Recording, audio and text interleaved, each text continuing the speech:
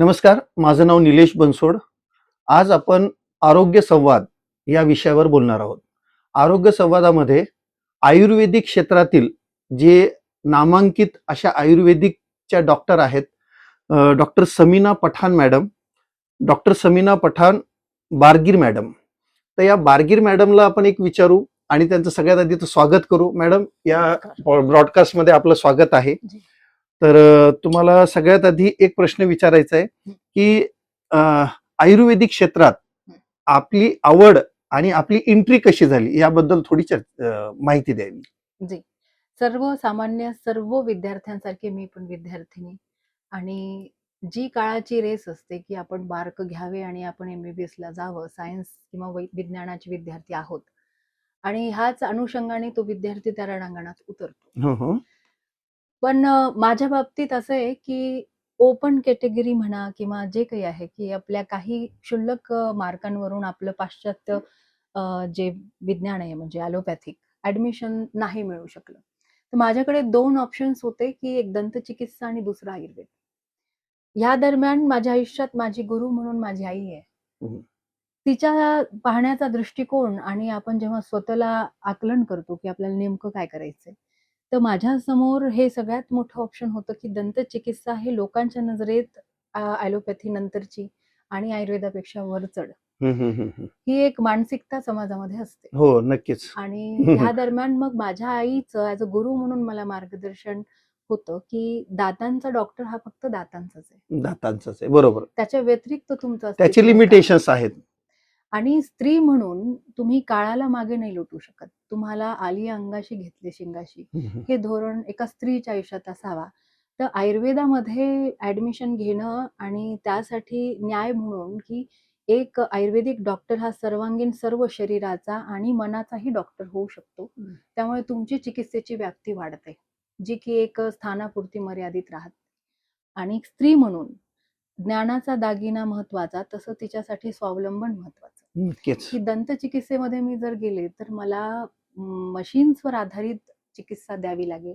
Machine नसेल तर मी ती पूर्णतः नाही देऊ शकत चिकित्सा. त्यामुळे डिपेंडन्सी ऑन द मशीन्स हे टाळणं आणि आपल्या पुन्हा मुळांकडे वळणं हे त्या प्रेरणेचं मुख्य स्थान होतं. की समाजासाठी जेव्हा तुम्ही एका जंगलात जरी बसलात तर तुमची चिकित्सा ही कोणत्याही मशीन व्यतिरिक्त थांबवल्या जात नाही. खरंच खूप छान. म्हणजे तुम्ही जाणीवा करून दिल्यात की तुमच्या आयुष्यामध्ये हे कसं झालंय आणि आयुर्वेदाचं महत्व काय हे सांगितलं. आता एक तत्वज्ञानावर एक प्रश्न असा आहे की आयुर्वेद शरीर व मन यामध्ये दोघांमध्ये परस्पर संबंध काय येतो? शरीर आणि मन, ज्या अर्थी तुम्ही आयुर्वेदाचा 5000 वर्षांपूर्वीपासून आयुर्वेद आहे.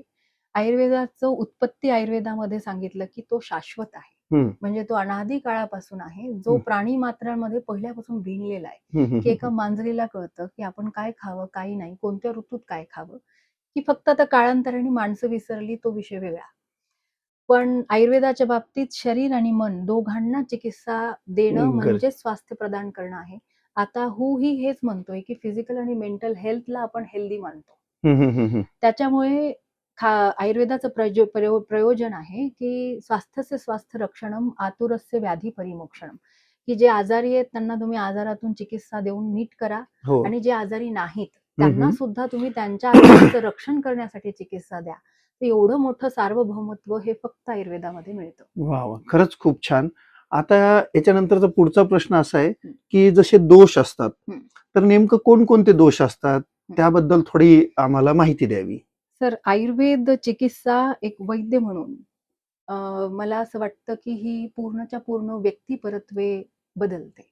त्याच्यामध्ये सैद्धांतिक चिकित्सा फार महत्वपूर्ण असतात की शरीरात 3 दोष आहेत, 7 धातू आहेत, 3 मल आहेत, ऋतू आहे, बल आहे, अग्नीचा बल किती आहे, लोकांच्या कोठ्याचा बल किती आहे, त्यांची निद्रा कशी आहे, त्यांची जिव्हा कशी आहे, मलमूत्र, देश, कोणत्या देशात तुम्ही जन्मलात, ह्या सगळ्या गोष्टी एका कटाक्षामध्ये अनालाइज झाल्यानंतर पाहिल्यानंतर मग त्या व्यक्तीला आपण चिकित्सा देऊ शकतो. दोषांच्या बाबतीत लोकांना हा गैरसमज असतो की अंग दुखणं किंवा एखादा भाग दुखतो म्हणजे वात वाढला, किंवा काही लोकांना ऍसिडिटी झाली, छातीत जळजळ झाली तर त्यांना तो पित्त वाटतो.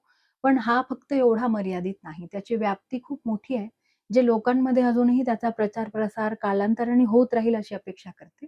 पण शरीरामध्ये जेवढीही इलेक्ट्रिसिटी आहे, म्हणजे एक ऊर्जा पॉवर, ऊर्जा. जी रक्ताचं वहन करते, तुमच्या जिभेची हालचाल करते, तुमच्या हृदयाचे धडकन ती मेंटेन करते.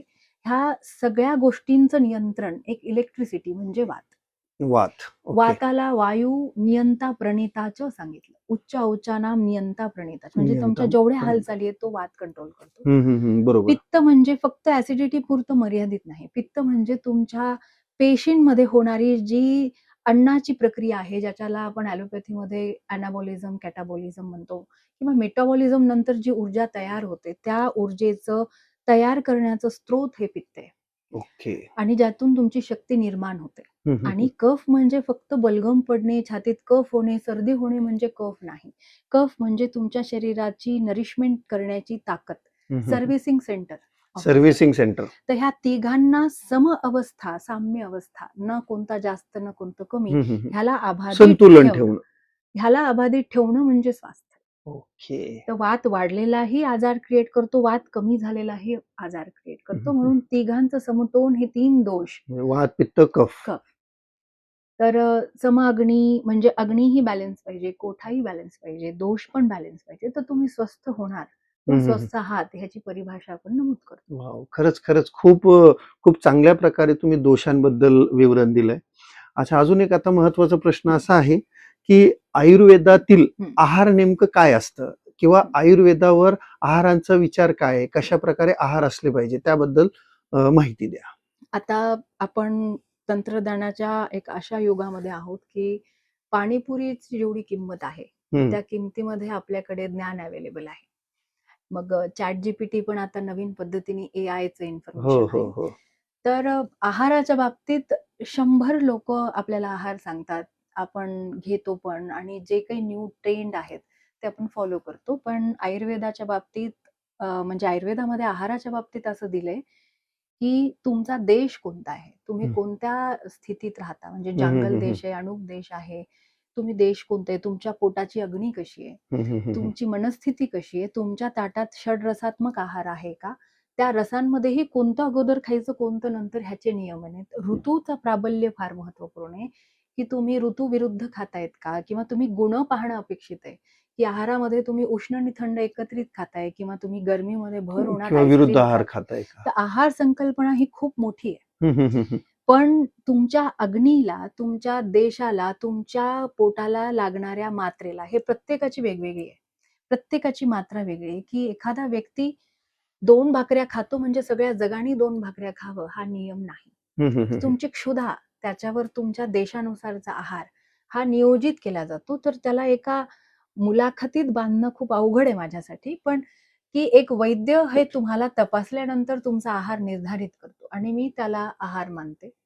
आणि आयुर्वेदामध्ये आहाराला फार महत्व आहे. त्यांनी सांगितलं की आहार हे प्रथम भेषज आहे, पहिलं औषध तुमचं जेवण. पहिलं औषध हे जेवण आहे. आता जेवणामध्ये आणि औषधांमध्ये फरक हाच आहे की जे आपण नियमित खातो म्हणून तो आहार आहे, आणि आपण कधीतरी खातो म्हणून ते औषध आहे. पण नियमित खाणाऱ्या आहाराला तुम्ही ऋतूनुसार बदलताय, दोषानुसार बदलताय, तुमच्या आजारानुसार तुम्ही कस्टमाइज करताय, तर तेच औषध तुमच्यासाठी, तेच आहार तुमच्यासाठी औषध सिद्ध होतं. तुमच्या मते सात्विक आहार काय आहे? सात्विक, राजसिक, तामसिक हे आपण जेव्हा मनाच्या 3 गुणांचा विचार करतो, तुमच्या प्रकृतीच्या विरुद्ध तुम्ही तमस म्हणजे खूप जास्त आलस आणणारं गरिष्ठ जेवण जे पचायला खूप वेळ घेतो, आणि त्याच्यामुळे कफाचा खूप जास्त प्राबल्य वाढतं आणि तुम्ही सुस्तावलेले, आळशी असे जेव्हा असतो त्याला आपण तामसिक म्हणतो. सात्विक म्हणजे तुमच्या चेतनेला न त्रास देता, तुमच्या पचनाला न त्रास देता, जे सहज पचून जाईल आणि त्यातून तुमची चेतना ही जागृत असेल, त्याला आपण सात्विक म्हणतो. बरोबर. पण विषय हाच आहे की तुम्ही जेवण कोणत्या मनस्थितीत खाता, कोणत्या देशात खाता, त्याच्यावरही त्याचे गुण व्हेरीफाय होतात, म्हणजे बदलत जातात. त्यामुळे ChatGPT किंवा एआयच्या युगामध्ये आपण एखाद्याला ऐकतो की एवढ्या कॅलरीज खा किंवा हे खाऊन टाका 45 मिनिटामध्ये, तर तेव्हा लोक गुणात्मक विचार करायला हवा. ओके. की कोणत्या गुणाची आपण खातो, की माझी प्रकृती जर वाताची आहे किंवा माझं प्रकृती पित्ताची आहे, तर मी उष्ण गुण खायला पाहिजे का नाही, ऋतू कोणता सुरू आहे. प्रकृती पण फार महत्वाची आहे. 100% की आजन्म सात्मी ही प्रकृती. तर तुमच्या प्रकृती, ऋतू, देश, बल, काल, अग्नी ह्याला निर्धारित करून तुमचा आहार हा बॅलन्स हवा. आणि ह्यामध्ये लोकांमध्ये आता ह्या बाबतीत जागरूकता नाहीये, कारण केंद्रित परिवार आहेत. त्यामुळे सुगरण नावाचा जो प्रकार असतो, हां, की हां. आजकाल लोकांना ताक बनवण्याची विधी सांगावी लागते. दही बनवणं तर दूरची गोष्ट आहे. हां. तर ही पिढी अज्ञानी आहे. जेवण बनवणे, त्याच्यासोबतचे जे कॉम्बिनेशन्स पाहिजे, ते न करता आपण फास्ट फूड झटपट तयार होणं, ह्या झटपट आपल्याला जे आहारांवर नूडल्स वगैरे हां, आपण ते बघतोय, पिझ्झा खातो. बघतोय. तर गुणात्मक पूर्ण ढाचा खाली उतरतो. तुमचे हां. दोष खालीवर होतात. तुमची निद्रेचा इश्यू येतो आणि इन्स्टंट एनर्जी भेटण्यासाठी आपण जे खातोय, हं. त्याची गरज शरीराला आहे का नाही, हे ठरवण्याच्या अगोदर आपण जेवून घेतोय. कारण जेवण हे आता एक काम झालेलं आहे, की तुम्ही खा आणि कामाला लागा. आता ह्यामध्ये जे स्वास्थ्य मागे पडतं, तेव्हा मग डॉक्टरांचं काम सुरू होतं. आता बघा जेवणाबद्दल तर तुम्ही म्हटलं, पण आहे ना आयुर्वेदातील दिनचर्या कशी असली पाहिजे तुमच्या मते? आयुर्वेदाची दिनचर्या ग्रंथात जी दिली आहे, ती जर सगळ्यांनी फॉलो केली तर डॉक्टरांचे दवाखाने बंद पडतील. हं, हं. परंतु 21व्या शतकात असणाऱ्या जीवनशैलीला समर्पक असं मॉडिफिकेशन करून जेव्हा आपण "नै मामू से नकटे मामू" धोरण ह्या पद्धतीने जरी आपण त्याच्यात सामावण्याचा प्रयत्न केला, तर दिनचर्या ही ब्रह्ममुहूर्त उद्दिष्टे दिली आहे. हां, सकाळी. आता ब्रह्ममुहूर्तमध्ये जर आय-टीचा व्यक्ती हा रात्री 2ला झोपतोय, तर तर तो तो सकाळी 5ला सकाळी उठू 3:30-4 ला नाही. उठूच शकत पण नाही. जर जागरण झालं, तर दिवसा झोप पूर्ण भरून काढण्यासाठीचे नियम ग्रंथात आहेत. हं, हं, हं, हं. त्यामुळे लवकर उठणं, लवकर झोपणं हा नियम आहे. ऋतूनुसार तुमची दिनचर्या अपेक्षित असते. म्हणजे ग्रीष्म ऋतूमध्ये अर्धा तास दुपारी झोपायला सांगितलं, अलाउड आहे. दुसऱ्या ऋतूमध्ये ते निषिद्ध सांगितलंय. तर सकाळी उठणे, त्यानंतर तुमची प्रातःविधी, जीवा निर्लेखन म्हणजे जीभ स्वच्छ करणे जीभ स्वच्छ कर. आणि त्यानंतर तुमचं जेवणाच्या म्हणजे न्याहारी नावाचा जो प्रकार हं, होता, हं, की हं, हं. सकाळचं जेवण हे राजासारखं हवं. दुपारचं मध्यम आणि रात्री भिकाऱ्यासारखं. भिकाऱ्यासारखं. पण वाह! आताचं बरोबर. सध्या असं आहे, की दिवसभर आपण ऑफिसमध्ये एक रोबोटिक फॉर्ममध्ये जातो. दुपारचं जेवण एक पोळी भाजीचा डब्बा छोटासा कोंबतो आणि संध्याकाळी अगदी डोहाळे जेवण असतं, हो, की पुरणपोळी, नॉन-व्हेज सगळं काही आणि मग सगळंच आपण एकदम. पेट्रोल भरून गाडी पार्किंगला लावतो. हं, हं, हं, हं. आणि तिथून मग मंद अग्नी झाल्यानंतर कोंबलेला जो आहार आहे तो पचतच नाही आणि तो अपाचित अन्न ज्याला आयुर्वेदात आम म्हणतात, आम. ते पूर्ण शरीरामध्ये संचरित होतो आणि जिथे जिथे वीकन पार्ट आहे बॉडीचा, की समजा कोणाची स्किन वीक आहे बाय हं, हं. बर्थ, हं, तर हं, तिथे हं. त्याला सोरायसिस इम्प्रूव्ह होणार. ओके. कोणाला म्हणजे इथून डोळ्यांचे उगमस्थान आहे. आहे. आजारांचं उगमस्थान तिथून अग्नी आलंय ते. म्हणजे चुलीत आगच नाही आणि तुम्ही तिथे शिजवायला ठेवलेलं हां, अन्न तर मग शिजणार शिजणारच आणि नाही त्याचा ते. तो सडलेला भाग हा आम आहे.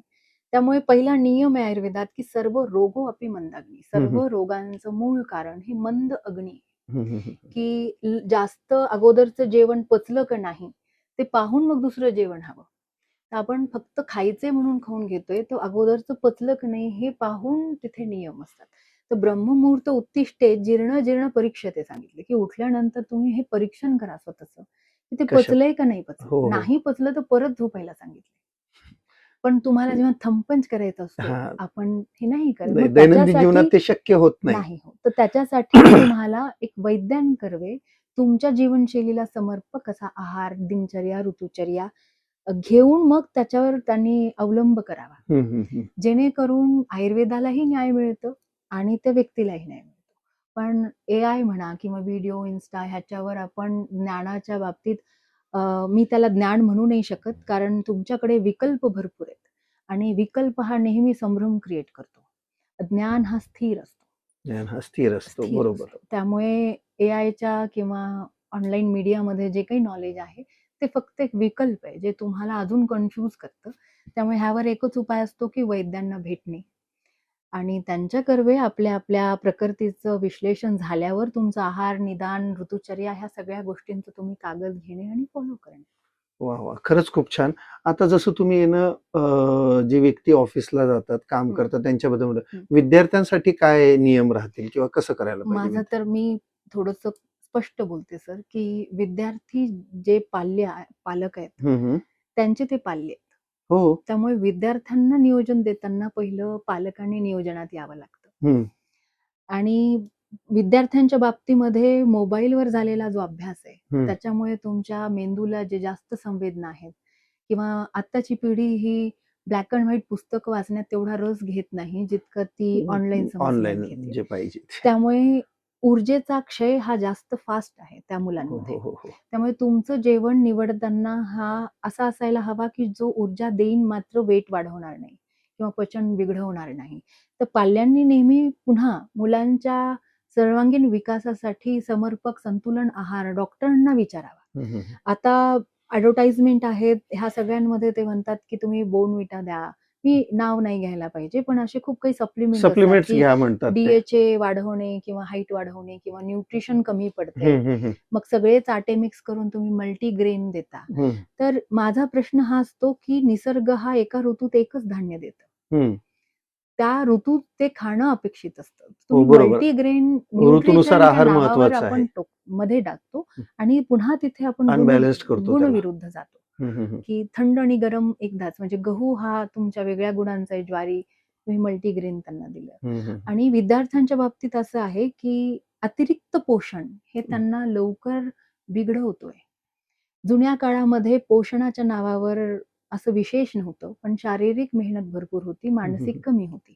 आता मानसिक खूप जास्त काम आहे, शारीरिक कमी. शारीरिक फार तर कमी पुन्हा झालंय. संतुलन बिघडल्यामुळे पाल्य आजारी पडतात. हं, हं. इम्युनिटी डाऊन असते. त्यामुळे समर्पित संतुलन आहार आणि एक्स्ट्रा नरिशमेंट देण्याचा जो मीडिया पाहून लोकांमध्ये जे चेंज आलाय, त्याला मी विरोध करते. तो प्रकार असा असतो, की एखाद्या कुंडीमध्ये वाढणाऱ्या झाडाला किंवा एखाद्या झाडाला, हं. एखाद्या रोपाला तुम्ही रोज विनाकारण खत द्या.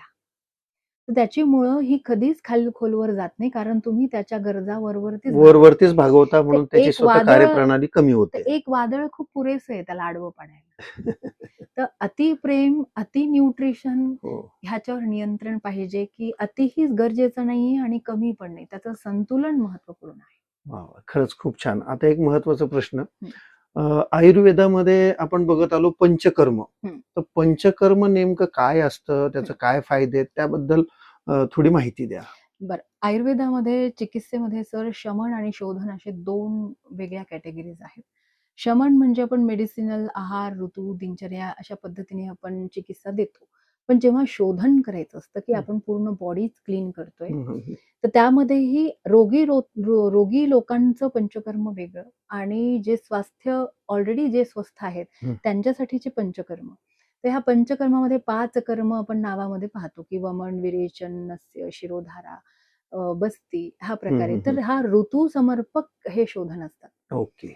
आजकाल असंही आहे, की बॉडी डिटॉक्सचं जे चलन आहे, त्यामध्ये पेशंट स्वतः येऊन म्हणतो, की आम्हाला एनिमा हवा किंवा हं, हं. आम्हाला स्वतःहून म्हणतात. पाहिजे. बसती तर पाहिजे. हा एक भाग वेगळा आहे, की तुमच्या शरीरातल्या दोषांचा संचय आणि त्यांच्या प्रकोपाची अवस्था पाहून हा निर्धारित होतो, की तुम्हाला द्यायला पाहिजे की नाही.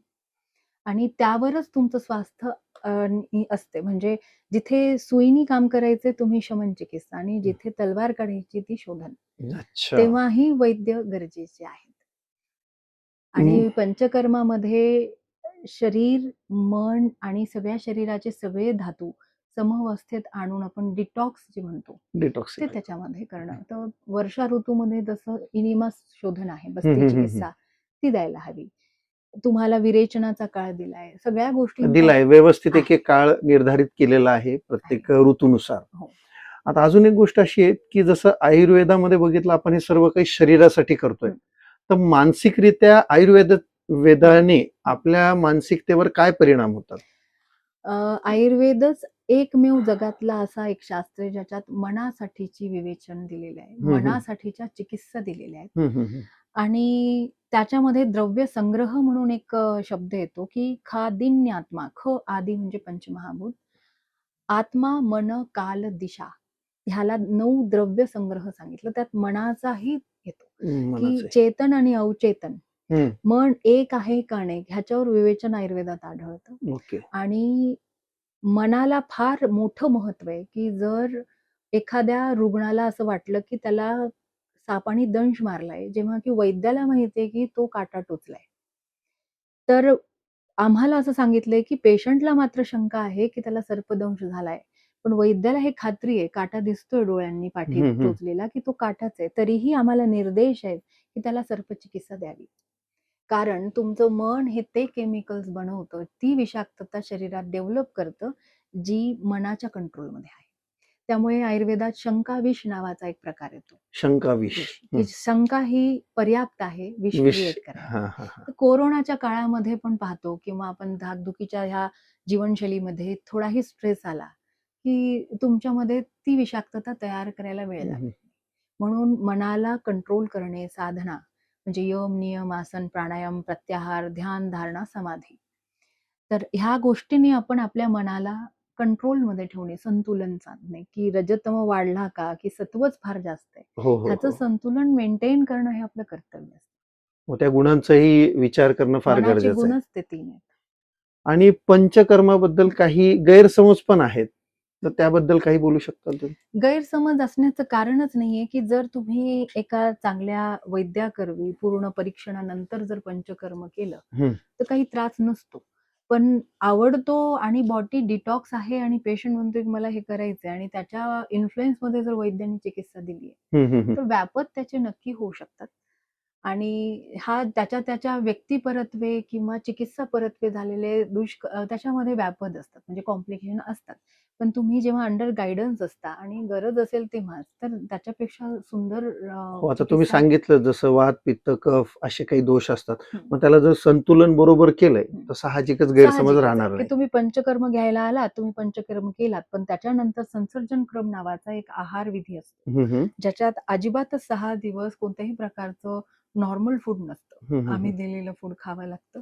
पण समजा आपण मोह जास्त झाला आणि तुम्ही बर्गर खाल्लंय पंचकर्माच्या दुसऱ्या दिवशी, मग त्याचे कॉम्प्लिकेशन मात्र तुम्हाला हां. अगदी घरचा आहेर हां, मिळतो. बरोबर. हे मात्र खरी गोष्ट आहे. कारण की सगळेजण आहे ना लपवतात. हां. म्हणजे काय म्हणतात, जे विधी चालते, जे काही असेल हं. पंचकर्मानं हं. जे काही असेल, ते करत असताना किंवा त्या ट्रीटमेंट घेत असताना हं. आपल्याला काही पथ्य दिलेलं हो, असतात आणि हो. पथ्य तोडणं हे हो. त्या पेशंटचंच काम आहे. हो, अगदी. पण त्यांनी जर तोडलं तर हे डॉक्टरला म्हणणार नाही तो, की मी हे खाल्लं होतं म्हणून हे झालं. झालं. तो काहीतरी गैरसमज निर्माण करेल. बरोबर, हे स्वतःकडूनच होणारे गैरसमज असतात. आता अजून एक महत्वाचा प्रश्न, आता रिसेंटलीच कोविड-19 येऊन गेलं. जे. तर त्याच्यानंतर आयुर्वेद आणि कोविड-19 याच्यामध्ये जागरूकता कशी निर्माण झालेली आहे, म्हणजे आयुर्वेदाची? त्याला जागरूकता म्हणायलाही हवी आहे सर आणि अतिजागरूकता पण म्हणायला हवी. हं, हं. की कोविडमध्ये आपण ज्या मानसिक ताणामध्ये होतो, की जीव घेणे जे प्रकरण आपण पाहिले, त्यानंतर लोकांची जी अवस्था होती, की काहीही आता नॅचरलकडे वळणं म्हणून आपण वळालो आणि काढे पण जे पिण्यात आले, हं, हं, हं. त्यामध्येही त्यांनी कधीच हे नाही पाहिलं, की माझ्या प्रकृतीला हा काढा लागेल का? तुम्ही आंध्रचे व्यक्ती आहात का तुम्ही राजस्थानचे आहात का तुम्ही पंजाबचे आहात, सगळ्यांनी सरसकट जे मिळेल ते खाल्लं. त्याच्या गुणाचा विपर्यास म्हणजे असा आहे, की आता लोकांमध्ये रक्तस्राव पाईल्समध्ये थांबत नाहीये किंवा मासिक पाळीचे प्रॉब्लेम्स आहे. पुन्हा तिथे मी तेच सांगते, की तुम्ही व्यक्तिपरत्वे, ऋतुपरत्वे, वैद्यपरत्वे चिकित्सा ही आयोजन करून मग घ्यायला हवी. कोरोनामध्ये पण ज्या पद्धतीच्या भयानक गोळ्यांचे जे वापर झाले, त्याचे साइड इफेक्ट म्हणून आताही शरीरांमध्ये खूप लोकांच्या बदल आहेत. व्हॅक्सिन्सचे पण जे काही वापर झाले. त्यामुळे आता खऱ्या अर्थाने आयुर्वेदाकडे जर आपण वळलो, तर बॉडी क्लीन करणे आणि जे काही झालं त्याला पुन्हा रिहील करण्यासाठीचं नियोजन लोकांनी ठेवायला हवं. आणि फक्त कोरोना हा व्हायरस कळाला म्हणून कोरोना आहे. बॉडी असे अनेक व्हायरस रोज निपटवते. हां, मग कारण त्याच्यामध्ये तुमची व्याधिक्षमत्व तिथे काम करतं. त्यामुळे आता लोकांनी व्याधिक्षमत्वावर काम करावं, मनाच्या स्थिरत्वावर काम करावं, जेणेकरून कोरोनाच नाही, अजूनही नवीन व्हायरस वाढत्या लोकसंख्येमुळे तुम्ही जर जन्म दिला, तर त्याला तुम्ही निपटण्यासाठी योग्य असायला हवे त्या काळात. आता अजून एक महत्वाचा प्रश्न असा आहे, की आता हे डिजिटल युग चाललंय. जसं तुम्ही थोड्या वेळ आधीच म्हटलात, की AI technology, chat GPT, whatever जे काही आहे. पण डिजिटल युगामध्ये आहे ना, लोकांना वाचायला आवडत नाही, बघायला आवडतं. आणि विशेष म्हणजे आपण बघतो रील्स, शॉर्ट हे सगळं काही आहे. तर असं काही आपण करू शकतो का आयुर्वेदामध्ये, की आपण डिजिटली साऊंड होऊन आपण आपल्या आयुर्वेदाची जी भारतामध्ये खूप महत्वाचं स्थान आहे आयुर्वेदाला, तर त्याची आहे ना प्रचिती, प्रसिद्धी आपण कशा प्रकारे करू शकतो, म्हणजे कितपत हे योग्य राहील? सर प्रसिद्धी केल्यानंतर असं आहे, की जेव्हा तुम्ही प्रसिद्धी करता, तर अगदी माती पण विकल्या जाते. पण जोपर्यंत पुढच्याला त्याची जाणीव असते, तेव्हा त्याच्याशिवाय आपण त्याची प्रसिद्धी नाही करू शकत. कोरोनामध्ये मिळालेला जो काही त्रागा झाला, जे काही आपण भोगले त्यानंतर व्यक्ती परस्पर स्वतःहून आयुर्वेदासाठी त्यांचा कल आहे.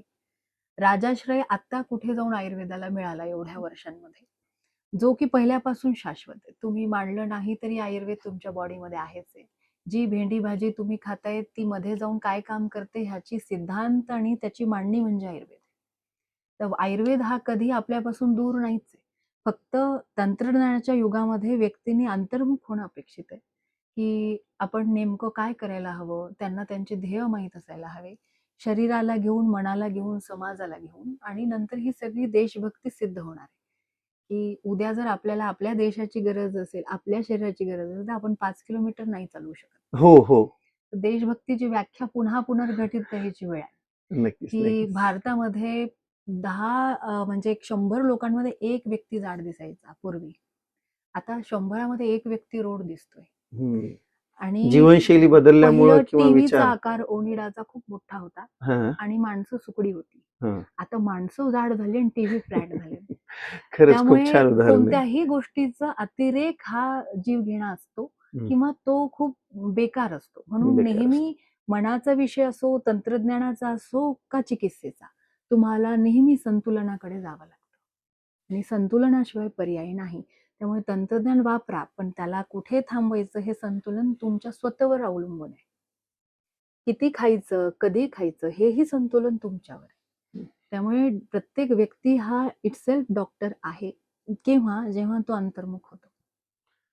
आता तुम्ही आहाराबद्दल म्हटलं, सर्व काही म्हटलं. आता मला अजून एक त्याच्यातलाच एक प्रश्न असा आहे, जो मैदा हा घटक बघतो आपण, मैद्याने बनलेले पदार्थ बघतो, तर त्याबद्दल तुमचं मत काय आहे? की आता कारण की आहे ना, आपण जी जीवनशैली बदलली, आपण पिझ्झा खातो, बर्गर खातो, बाकी मग खारी खातो, बिस्किट खातो. मला तरी वाटतं माझ्या नॉलेजनुसार 90% जे आहे घटक ते मैदाच असतो त्याच्यामध्ये. तर मैद्याचं आणि आरोग्याचं काय संतुलन आहे किंवा काय केलं पाहिजे? मैदा हेही अन्न घटकच आहे सर. पहिल्या पण मैद्याचे करंज्या असायच्याच. आता आपण वेगळ्या फॉर्म मध्ये मैदाच खातोय. पण विषय मुळात जर आपण पाहिलं मध्ये जाऊन, तर विषय हा होता की पहिलं शारीरिक कष्ट खूप होते आणि मानसिक कमी होते. आणि आता मानसिक कष्ट जास्त आहेत, शरीर हलत नाहीये जागेवरून. आणि मैदा हा तेव्हाही वाईट नव्हता, आजही नाहीये. पण विषय आता काळाची आणि शरीराची गरज बदलली आहे.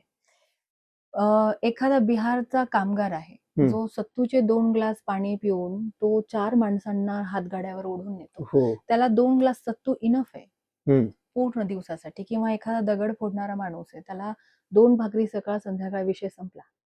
पण एखादा बौद्धिक विचार करणारा, कम्प्युटर चालवणारा, बारीक शब्द वाचणारा किंवा बोलणारा, जे अतिरिक्त मानसिक काम जो करतोय त्याला 5 भाकऱ्या लागतात. ऊर्जा. आता मैदा हा असा आहे की इतक्या छोट्या फॉर्म मध्ये बनवलाय की मध्ये गेल्यानंतर शरीराला त्याला पचवायची गरज नाही.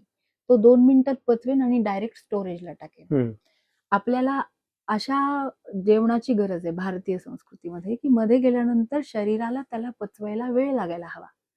शरीर त्याच्यावर काम करेन, मग तो त्याच्यातून ग्लुकोज काढेन, त्याच्यावर शरीर चालतं. आपण रेडीमेड प्रोव्हाइड केल्यामुळे, म्हणजे 2 रुपये खर्च न होता मी रोज तुम्हाला 2 रुपये देतेय, तर तुम्ही तुमच्याकडे अकाउंट जमा होत जाणार. अकाउंट जमा होईल आणि ती कार्यप्रणाली, आपली कार्य करण्याची क्षमता नष्ट होईल. मैदा कमी हा होईल. वाईट नाहीये, पण विषय की तुमच्या शरीराला किती लवकर ग्लुकोज हवा किंवा तुमचं शरीर किती लवकर पोषित करायचं ह्याच्यावर तुमचा अन्न पदार्थ असतो. त्यामुळे पदार्थ कधीही वाईट नसतात. पदार्थ कधीही वाईट नाही. बरोबर.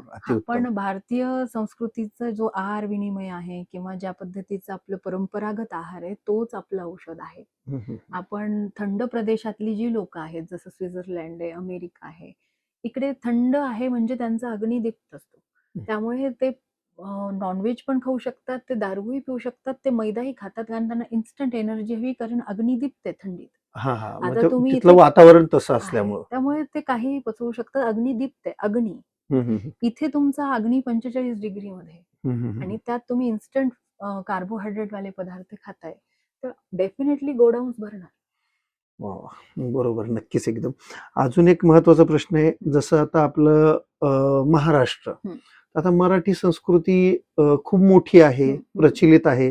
जसं आपल्या इथे संत तुकाराम, ज्ञानेश्वर, त्यांची ज्ञानेश्वरी भरपूर गोष्टी होऊन गेलेल्या आहेत. तर त्यांनी सुद्धा आयुर्वेदाबद्दल बरंच काही भाष्य केलेलं आहे, लिखित स्वरूपात आहे. त्याबद्दल तुमचं मत काय आहे? तर म्हणजे तुकाराम म्हणा, ज्ञानेश्वरी म्हणा, साईबाबा म्हणा, ह्या सगळ्यांनी तुम्ही जर ऑब्झर्व्ह केलात तर ह्यांनी फक्त निसर्गाशी साधर्म्य जपून ठेवणे हे सगळ्यात मोठं त्यांनी आपल्याला हे दिलेलं आहे, मार्गदर्शन दिलंय, की वृक्षवल्ली आम्हा सोयरे. हे तुकारामांनी सांगितलं. हो. त्याच्यानंतर हे पण सांगितलंय ज्ञानेश्वरीमध्ये, की विनम्र झाला भूता त्याने कोंडियली अनंता. कोंडियली अनंता. ह्या 2 गोष्टी जरी आपण पाहिल्या, की नम्रता नावाचा विषय असा आहे, की मीच फक्त अस्तित्वात आहे असं नाही. अजून पण बरेच जे आहेत तिथे ॲक्सेप्टन्स म्हणजे ती नम्रता आहे. बरोबर. तर आजचा माणूस मोबाईल स्क्रीन पाहतोय, सोफ्यावर झोपतोय, पेपर वाचतोय, परत कचरा करतोय, उठतोय. ही म्हणजे ते कोणाशीही प्रकृतीशी कनेक्टेड म्हणजे नाही. ते तेवढ्या जागेतच करतोय तो सगळं तर काही. आपण आपल्या एक छोटूशा जगामध्ये असं वागतोय जसं एक डबक्यात मेंढक हो, असतं. डबक्यात ना मेंढकासारखं. तुम्ही बाहेर जाता, ना तुम्ही सूर्यदर्शन घेता, ना तुम्ही चांदणे पाहताय, ना तुम्ही प्राण्यांशी कनेक्टेड आहात. तर फक्त तुम्हीच आहात. तर तुम्ही जेव्हा हारलात किंवा तुम्हाला एखादा फटका बसला तर लगेच माणसाचं मन हे तुम्हाला भीती घालतं आणि तुम्हाला वाटतं संपलं. आणि हीच मानसिक स्थिती आजकाल खूप साऱ्या सायकॅट्रिस्टच्या ज्या ट्रीटमेंट चालू आहेत, जे काही लोकं डिप्रेशनमध्ये जातायत, सुसाईड करतायत. कारण त्यांना आयुष्यभर हाच भ्रम झाला, की ते एकटेच आहेत आणि ते नसतील तर सगळं संपलं. बरोबर. मग जे संतांनी दिलीये, ती हीच आहे, की तुमच्या आजूबाजूचा निसर्ग त्याच्याशी तुमचं साधर्म्य, ह्यालाच आयुर्वेदामध्ये योग सांगितलंय, की तुमच्या शरीराला आणि तुमच्या मनाला संतुलनात एका ठिकाणी आणणे. युज्यते, जोडणे. तसं पुरुष आणि प्रकृतीला जोडणं, हे स्वस्थता आहे. अख्खा आयुर्वेदाचा साधर्म्य, मानस किंवा जे काही आध्यात्मिकता आहे, ती सगळीच्या सगळी आयुर्वेदामध्ये इन्क्लुडिंग आहे. वाह! खूप एकदम बरोबर सांगताय तुम्ही. एकदम महत्वाचं म्हणजे ज्ञान तुम्ही इथे दिलंय. आता 1-2 शेवटचे प्रश्न. त्यामध्ये एकच मला म्हणायचंय, की आता ही जी आजची पिढी आहे, तर तुम्ही त्यांना काय असं देऊ इच्छिता, काय सांगू इच्छिता, की जेणेकरून त्यांच्या आयुष्यात बदल घडेल? असा काय संवाद साधू इच्छिता? आरोग्य संवाद. आरोग्य फार कमी गोष्टीमध्ये म्हणजे आरोग्यच हे सर्वस्व नाही आयुष्याचं. आरोग्य हा सगळ्यात मूलभूत भाग आहे, ज्याच्यावर सगळं आयुष्य टिकून आहे. पण ह्यासोबत जी आजची पिढी आहे, ज्यांना आपण जन्मल्यापासून मी शिकवतो. आपली पिढी ही वी वाली होती. म्हणजे आपण हो, हो, एकाच हो. प्लेटमध्ये 2 जण पोहे खाणार, आम्ही एकाच म्हणायचो जागेवर. तेव्हा. तर तुम्ही जन्मल्यापासून ज्या पिढीला घडवता त्यांना मी म्हणून, तुझे मार्क किती, तुझी नीटची परीक्षा किती, तुझा ड्रेस तुझा आहे. आता ह्या व्यक्तीला तुम्ही अचानक म्हणाल, की तू वी हो, तर तो डिप्रेशनमध्ये जाईल. त्यामुळे पालकांना लहानपणापासून तो सार्वभौमिकत्व शिकवावं, सामाजिक दाखवावं. त्यांना उठणं, बसणं, खाणं ह्या सगळ्या आपल्या ज्या संस्कृतीचा भाग आहे, ते देणं आपण लागतो. आणि ही जी रेस आहे, की एवढे पॅकेज मिळाले, एवढे पैसे मिळाले, म्हणून आपण पळतोय. पण हे पाहत नाहीये, की आपल्या पोटात अन्न किती आहे, कोणत्या लेव्हलचं आहे, कोणत्या क्वालिटीचं आहे, बरोबर. की तुम्ही मागची शुद्ध हवा कधी खाल्ली. आपण एसीच्या हवेमध्ये बसतोय आणि आपण परत सर्दी झाली म्हणून अँटिबायोटिक खातोय. तर ह्या सगळ्या कालचक्राला भेदत तुम्हाला एक बर्ड आय व्ह्यू घ्यावा लागतो, की शेवटी आयुष्याचं ध्येय काय? तुम्ही जगताय, खाताय, तुम्ही खूप मोठे झालात, 1000 करोड जरी कमवले, तरीही शेवटी जसं जगदत्ता सिकंदर गेलाय, गेलाय. तसंच सगळ्यांना म्हणजे जायचंय. सर्वांना पण जाणंच आपण आहे. इथे काहीतरी द्यायला आलोय. आणि सामाजिकता, आध्यात्मिकता आणि आरोग्य ह्याचं संतुलन साधावं. ही जी रेस आहे, ही लोकांनी दाखवलेली रेस आहे. ॲक्चुअलमध्ये अशी रेस नसते. त्यामुळे गांधींचे शब्द आहेत, की पुन्हा गावाकडे चला. पुन्हा गावाकडे चला. चला. बरोबर. तर आता तो काळ आलाय असं मला वाटतं. कोरोनामध्ये अर्धी लोकं घाबरून गावाकडे होती. आता ही जी नवीन पिढी आहे, मला त्यांच्याकडून खूप अपेक्षा आहेत, की हे सगळं जग पाहिल्यावर ते पुन्हा मला असं वाटतं, की ते म्हणतील, की चला गावाकडे जा. गावाकडे चला. आणि असे बरेच उदाहरणं पण मी पाहते, की ज्यांनी आय-टीचे जॉब सोडले आणि ते आता गावाकडे ते एज्युकेशन सेल्फ देतायत. आणि त्यामुळे लोकं म्हणतात, की काळ खूप पुढे गेला. तर मला असं वाटत नाही, की हा मंथन सुरू आहे. ह्या जेव्हाही मंथन होतं, तर पहिलं हा विषच निघतो.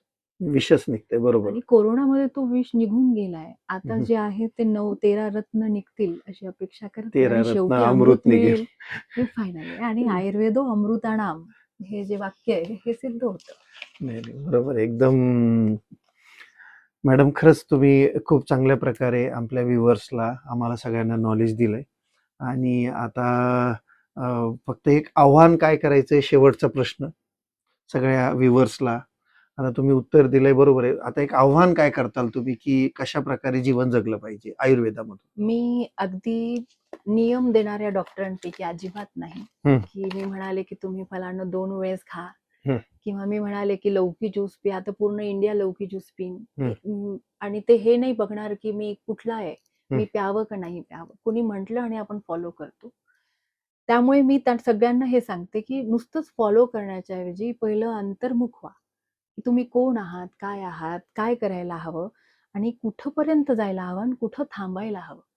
ह्याचं संतुलन त्यांनी करावं. आणि भारताची जी संस्कृती आहे, सध्याची जी स्थिती आहे, ह्यामध्ये आपलं योगदान खारीचं का होत नाही. आपण देण्यासाठी पॉझिटिव्ह मानसिकतेने, सकारात्मकतेने पाहिलं, की नुसत्या तक्रारी करणं किंवा शिवीगाळ करणं आणि नुसतंच बडबडणं की हे असं आहे तसं आहे, ह्यापेक्षा ह्याच्यावर उपाय काय. उपाय काय, बरोबर. तर जी जुनी पिढी आहे त्यांनी तो ज्ञान पुढच्या पिढीला द्यावं. आता जी पिढी कार्यरत आहे त्यांनी आपल्या हातात तो चार्ज घ्यावा. मग तो सामाजिक असो, राजकीय असो, आध्यात्मिक असो की आरोग्याचा असो. आपली संस्कृती ही सर्वोच्च आहे, होती, राहणार. त्याला जपण्यासाठी आपण एक तात्विक लेवल म्हणा, एक मूलभूत सैद्धांतिक जर मांडणी केली तर ह्या देशाला कोणीच थांबवू थांबवू शकणार नाही नाही. शकत. बरोबर, बरोबर. खरंच तुमचं परत खऱ्या एक. अर्थाने भारत हा असा महागुरु ठरेल. हम्म. कारण रूट आपण आहोत. हम्म. हम्म. हम्म. फक्त वैश्विक लेवलवर पण का आहोत ह्याला महत्व नाही. त्यामुळे मी म्हणाले की उद्या जर भारताला गरज पडली आणि आपल्याला जर बोलावलं तर आपण 2 किलोमीटर चालवू शकतो का नाही, इथून आपण अंतर्मुख व्हावं. तर हे आपल्या भारताची परंपरा, ही संस्कृती त्यांनी जपावी. परत एकदा मॅडम तुमचं खूप खूप धन्यवाद. डॉक्टर समीना पठाण बारगीर मॅडम आपल्यासोबत आहेत आणि यांनी आपल्याला खरंच खूप चांगल्या प्रकारे आयुर्वेदाबद्दल माहिती दिली. आणि हा जो आरोग्य संवाद आहे, खरंच आरोग्य संवाद आपल्या जीवनासाठी किती उपयुक्त ठरेल त्यांनी आपल्याला दाखवून दिलं. परत एकदा धन्यवाद. थँक्यू सर, आभारी आहे.